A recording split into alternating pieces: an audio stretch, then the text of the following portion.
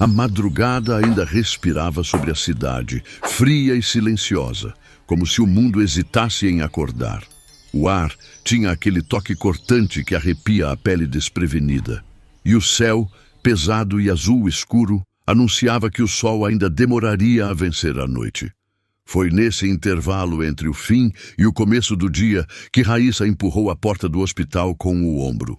Os dois braços estavam ocupados, a bolsa escorregando, o casaco mal dobrado e uma caneca de café vazia que ela continuava segurando sem perceber, como se fosse a última prova de que tivera alguns minutos para si antes de atravessar aquela porta outra vez. 12 horas de plantão.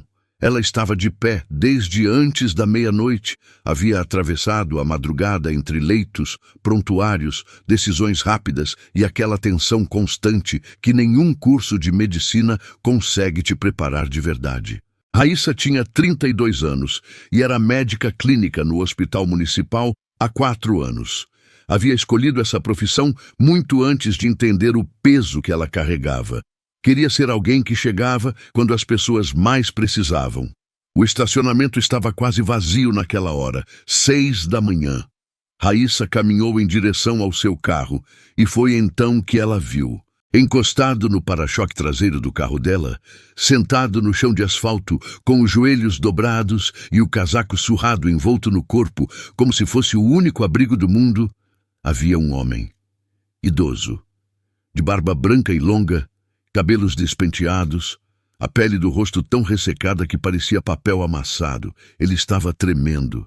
Não era um tremor discreto, era aquela vibração involuntária que o corpo faz quando já não consegue mais se aquecer por conta própria. Raíssa parou. Ela poderia ter continuado andando. Poderia ter dito a si mesma que não era da sua conta, que havia uma equipe de acolhimento dentro do hospital para esse tipo de situação. Mas não. Ela não conseguia fazer isso. Desde menina, Raíssa era daquelas pessoas que paravam, que olhavam nos olhos, que perguntavam. "O senhor está bem?" ela disse. O homem ergueu a cabeça devagar. Os olhos dele eram azuis, desbotados pelo tempo, e havia neles uma expressão que ela conhecia bem. Não era só cansaço. Era aquele olhar de quem já se acostumou a não ser visto.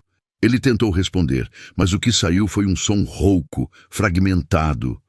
As palavras não formavam. A boca se movia, mas o frio havia roubado até a voz. Raíssa se abaixou, segurou o pulso do homem, sentiu a temperatura da pele. Gelada. Ele estava entrando em hipotermia. Ela se virou e foi correndo de volta para a entrada do hospital. "Preciso de uma maca aqui fora! Rápido!" Um enfermeiro apareceu. Depois outro. Trouxeram a maca às pressas. Raíssa se ajoelhou ao lado do homem e ajudou a posicioná-lo. "Vamos te ajudar, pode confiar." Foi quando o enfermeiro colocou as mãos embaixo dos braços do homem para erguê-lo que aconteceu. O casaco abriu levemente e ali, no pescoço do homem, um cordão fino de couro sustentava um pequeno objeto que balançou com o movimento. A luz do poste pegou bem naquele instante e iluminou o contorno do objeto por um segundo. Raíssa piscou, olhou de novo. Era um medalhão de madeira. Pequeno, oval, entalhado com cuidado, com um formato impossível de ignorar. Era a metade de um coração. O mundo parou por um segundo, porque Raíssa conhecia aquele medalhão. Ela conhecia a outra metade dele. Desde que era criança, ela via a mãe guardar uma peça igual numa caixinha de madeira no quarto, embrulhada num pedaço de tecido floral. A mãe nunca explicava direito. Só dizia que era uma lembrança muito especial, que o pai de Raíssa havia feito aquilo com as próprias mãos antes de partir e que ele havia ficado com a outra metade. A outra metade. Raíssa sentiu o coração ir à garganta, mas ela não podia parar agora. Havia um homem entrando em hipotermia na sua frente e ela era médica.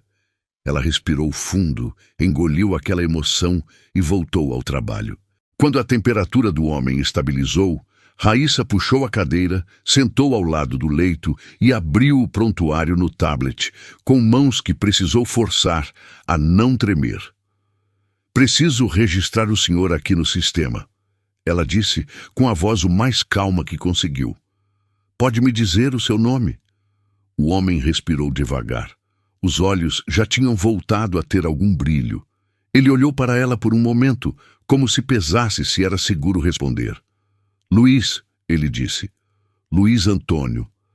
Raíssa parou de digitar. Luiz Antônio. Ela ficou olhando para a tela. Pisou fundo no chão para se certificar de que não estava sonhando. E o sobrenome? Ele demorou um pouco. Fechou os olhos como se buscasse algo num arquivo muito antigo e empoeirado. Carvalho, ele disse. Luiz Antônio Carvalho. O tablet escorregou um pouco na mão de Raíssa. Luiz Antônio Carvalho. O nome do pai que ela nunca conheceu. Amigos e amigas do canal Histórias Emocionantes para Ouvir, preparem o coração. Porque a história de hoje é daquelas que tocam fundo e fazem a gente se emocionar de verdade. Se você já está sentindo que ela vai mexer com você, aproveita agora para deixar o seu like. Isso ajuda muito o canal a continuar trazendo histórias assim. E me conta aqui nos comentários a sua idade. Eu gosto de conhecer melhor cada um de vocês que estão sempre comigo. Hoje quero mandar um abraço especial para Carlos Moura, de Florianópolis, Santa Catarina, para a Nessi, lá de Parauapebas, no Pará, e para Maria Duarte de Dourados, Mato Grosso do Sul. E para você que comentou abraço, junto com o nome da sua cidade, pode ficar tranquilo. Nos próximos vídeos eu vou chegar até você também. Combinado? Agora, fecha os olhos por um instante, respira fundo e vem comigo viver essa história. Raíssa não falou nada por quase 1 minuto inteiro. Ficou olhando para aquele rosto velho, cansado, marcado por décadas que ela não havia presenciado, e tentou encontrar alguma coisa familiar ali. Os olhos azuis, o formato da mandíbula, as mãos largas com os dedos longos, as mãos de um trabalhador, de alguém que havia construído coisas com elas. Raíssa tinha as mãos iguais. Ela havia passado a vida inteira sem saber de onde vinham aquelas mãos. Ela fechou o tablet e disse apenas: Obrigada, Sr. Luiz. O senhor vai ficar bem. Eu cuido do senhor agora. E havia uma promessa naquelas palavras que ia muito além da medicina. Mas havia uma coisa que ela precisava entender antes de qualquer revelação. Como aquele homem havia chegado até ali. Como o pai dela, se era ele, como todo o seu ser insistia que era, havia terminado numa calçada, encostado num carro alheio numa madrugada de fevereiro? Para entender o presente, ela precisava voltar muito atrás. Precisava entender o que havia acontecido naquela noite que partiu a família ao meio, como um medalhão de madeira que balançava no pescoço dele. Luiz Antônio e Graça se casaram jovens, os dois, sem festa grande, apenas as famílias próximas e aquele amor que a juventude tem de achar que é eterno, e que nesse caso era. Graça era uma moça de cabelos negros e riso fácil. Luiz era filho de marceneiro. Aprendera desde cedo a trabalhar com as mãos, a dar forma à madeira. Foi ele quem fez o medalhão. 2 corações partidos ao meio, encaixados como um quebra-cabeça, um para cada um. Para que a gente nunca esqueça que é um só, ele disse. Logo depois do casamento, foram trabalhar numa fazenda no interior, morando numa casinha simples que os patrões cederam. O patrão se chamava Valdir, homem robusto, de fala grossa, mas coração bom, casado com Fátima, uma mulher pequena e gentil que tratava Graça quase como filha. Raíssa nasceu 1 ano depois do casamento, pequena e de olhos grandes, e Luiz chorou quando a segurou pela primeira vez. Ela tinha 2 meses de vida quando tudo mudou. Valdir precisava buscar uma tropa de gado em outra cidade. Pediu que Luiz fosse junto. Graça não gostou. Tinha aquela intuição de mãe nova que não sabe explicar, mas que existe. Mas Luiz foi. Volto em 3 dias, disse. Nunca voltou. Valdir voltou sozinho, sem o caminhão, sem os animais, com um olhar vidrado de quem havia passado por algo que o cérebro ainda tentava processar. Ele contou que haviam sido abordados na estrada. Assaltantes, que deram alguma substância para beber. Quando Valdir acordou, Estava num quarto de estrada, sozinho. De Luiz, nenhum rastro. Graça desmoronou. Chorou por dias. Mas ela era forte do jeito que as mulheres que crescem com pouco aprendem a ser. Forte por dentro, onde ninguém vê. E ela orava. Todo dia, toda noite, sempre a mesma oração. Senhor, cuida dele e um dia me traz ele de volta. Valdir e Fátima nunca abandonaram Graça. Bancaram as necessidades da família, investiram nos estudos de Raíssa e quando ela passou na faculdade de medicina, foi Fátima quem chorou mais alto. Eles eram família, não de sangue, mas do tipo que escolhe ficar. E o que havia sido de Luiz? Aquele era o mistério que havia pairado sobre Graça e Raíssa por décadas. O mistério que Raíssa estava agora, naquele leito de hospital, a poucos centímetros de finalmente descobrir. Ela esperou que ele descansasse. Voltou ao final da tarde, com 2 copos de suco e um semblante mais tranquilo do que o que ela sentia por dentro. Sentou ao lado do leito e disse com gentileza: Senhor Luiz, se o senhor quiser me contar, eu gostaria de saber como chegou até aqui. Não precisa ter pressa. Ele ficou em silêncio por um momento. Depois olhou para o teto, como se tentasse encontrar o fio de uma história muito enrolada. Não me lembro de muita coisa, ele disse. Essa é a parte mais difícil. Luiz havia acordado num beco. Não sabia onde estava. Não sabia quem era.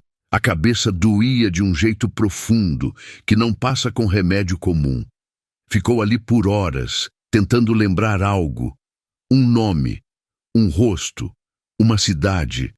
Nada vinha. Foram dias até que o próprio nome voltasse. Luiz Antônio. Isso ele sabia. Mas sobrenome, origem, família, tudo estava coberto por uma névoa que ele não conseguia atravessar.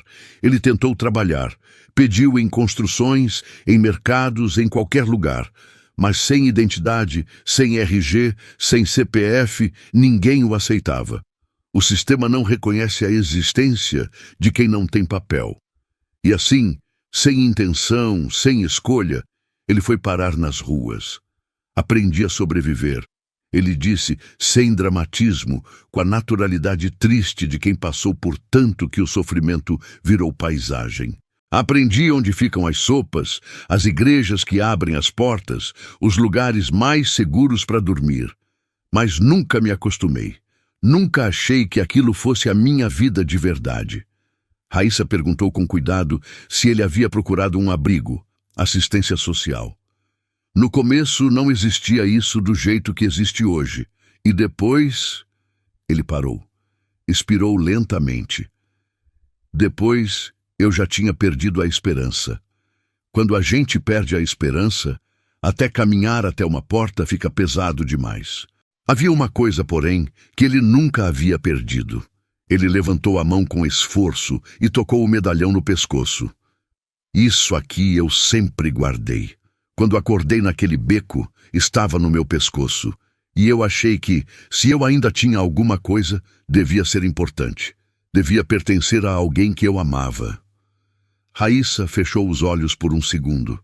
Ele havia carregado aquele coração partido por décadas, sem saber exatamente por quê, sem saber para quem. E ela estava sentada, bem ali. Nos dias seguintes, Raíssa foi visitar Luiz Antônio todo dia. Ela pediu exames completos, neurológicos, clínicos, de imagem. Os resultados confirmaram o que ela suspeitava. Havia marcas em certas regiões do cérebro, consistentes com exposição a substâncias de alta potência. Era o que explicava a amnésia profunda, aquela névoa que havia apagado décadas de vida. As memórias antigas estavam perdidas de um jeito irreversível, mas a personalidade estava intacta. A gentileza, o jeito manso de falar, o cuidado com as palavras. Isso era todo ele. Isso era Luiz Antônio. Ela conversou com o serviço social do hospital, organizou um abrigo temporário para quando ele tivesse alta, depois um quarto melhor. Comprou roupas, não só roupas quentes, mas roupas decentes, do tipo que devolvem a um homem a percepção de si mesmo. Uma camisa de botão azul, uma calça de tecido, um casaco de lã. Na manhã em que ele se viu no espelho com aquelas roupas, Luiz Antônio ficou parado por um longo tempo. Havia nele agora algo difícil de descrever com precisão. Ele parecia presente, como se houvesse voltado a habitar o próprio corpo. "Por que você está fazendo isso por mim?" ele perguntou com a voz carregada. "Porque alguém precisa", ela disse, "e porque o senhor merece." Ele chorou. Tentou segurar, mas não conseguiu. Aquele choro quieto de quem não chora há tanto tempo que esqueceu como se faz. Raíssa colocou a mão no ombro dele e ficou ali. Ela ainda não havia contado nada. Ainda não era hora. Havia uma ideia ganhando forma. Uma que envolvia o aniversário da mãe. Mas havia uma questão que não saía da sua cabeça. A mãe estava preparada para isso? Graça havia construído uma vida inteira em torno daquela ausência. E se o reencontro a destroçasse em vez de a curar? Raíssa ficou muitas noites pesando isso.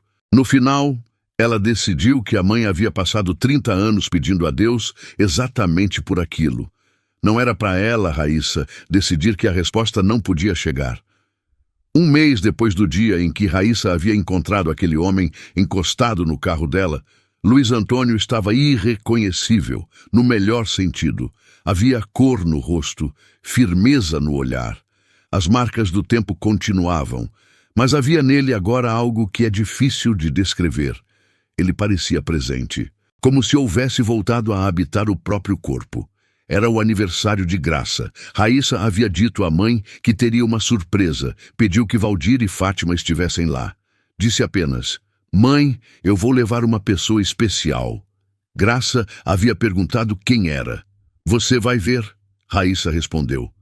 Ela buscou Luiz cedo. Ele estava pronto, com a camisa azul, o casaco de lã, a barba cortada. Raíssa olhou para ele e sentiu aquela emoção familiar de novo. Aquela que havia estado contendo por semanas. "Você está nervoso?" ela perguntou. "Um pouco", ele admitiu. "Faz muito tempo que não vou a uma festa de família. Nem sei se ainda sei como me comportar nessas coisas." "O senhor vai se lembrar", ela disse.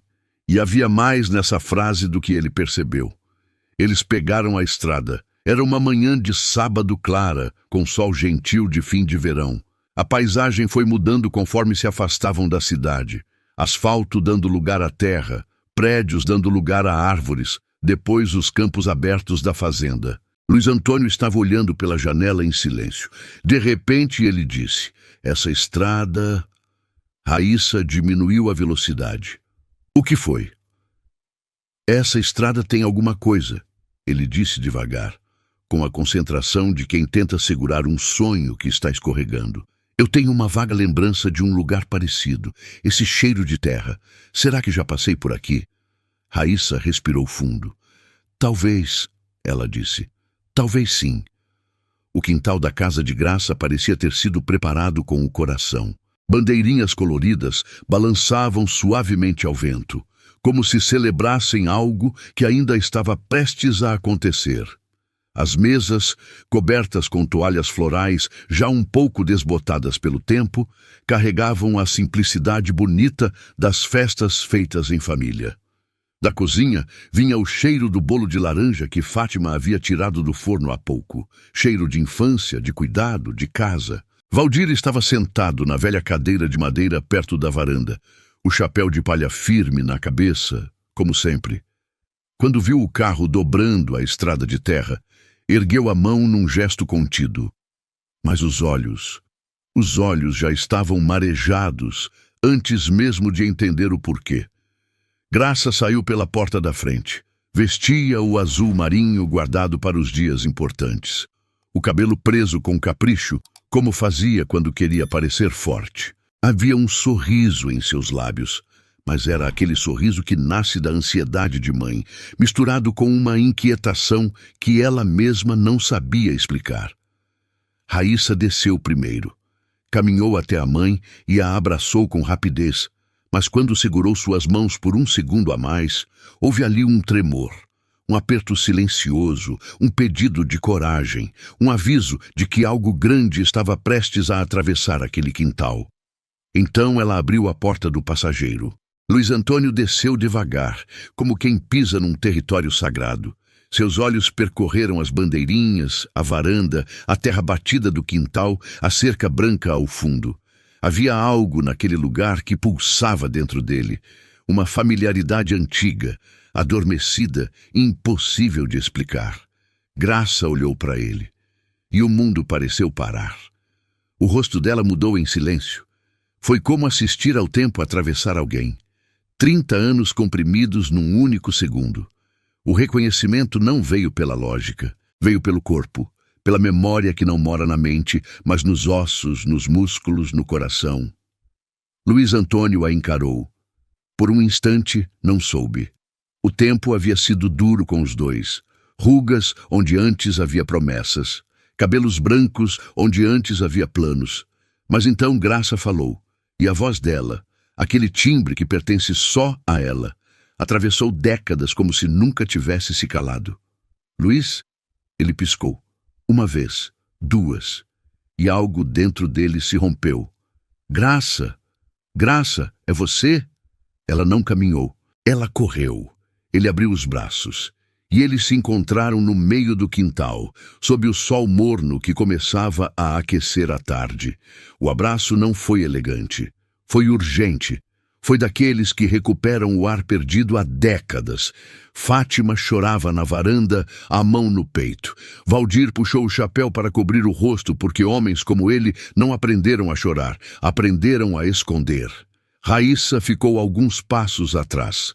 Ela crescera com a ausência, aprendera a não fazer perguntas. Aprendera a aceitar o vazio como parte da mobília da própria vida. E agora estava ali, vendo aquele homem que carregara metade de um coração partido por tantos anos, abraçado à sua mãe no quintal onde ela havia aprendido a andar de bicicleta. Era demais. As lágrimas vieram sem pedir licença. Quando enfim o abraço se afrouxou, Luiz Antônio voltou os olhos para ela. Havia algo naquele olhar, uma pergunta, um medo, uma esperança quase infantil. Raíssa respirou fundo e deu um passo à frente. Meu nome é Raíssa. A voz falhou, mas ela continuou. Raíssa Carvalho. Eu sou a sua filha. O silêncio que se seguiu não foi vazio, foi sagrado. Ele fechou os olhos como quem recebe uma graça imerecida. Quando os abriu, estavam inundados. Ele a puxou para si com a força atrasada de todos os aniversários perdidos, de todas as histórias que não ouviu, de todos os abraços que não deu. Minha filha, ele sussurrou, a voz quebrada. Minha filha, médica. Ela sorriu entre lágrimas. Foi graças a eles, disse apontando para Valdir e Fátima. Eles nunca deixaram faltar nada, nunca. Luiz ergueu os olhos para os dois. Valdir finalmente baixou o chapéu. Os olhares se encontraram. Não houve discurso, não houve explicação. Só aquele entendimento profundo de quem já perdeu demais. E naquele instante estava recebendo de volta algo que parecia impossível recuperar. Nos meses seguintes, a vida na fazenda ganhou uma forma nova. Luiz Antônio foi morar no pequeno terreno que Valdir havia cedido, na casinha que Graça e Raíssa haviam construído com trabalho e paciência. Ele foi descobrindo devagar os cantos daquela vida que havia perdido. Alguns pedaços de memória foram voltando.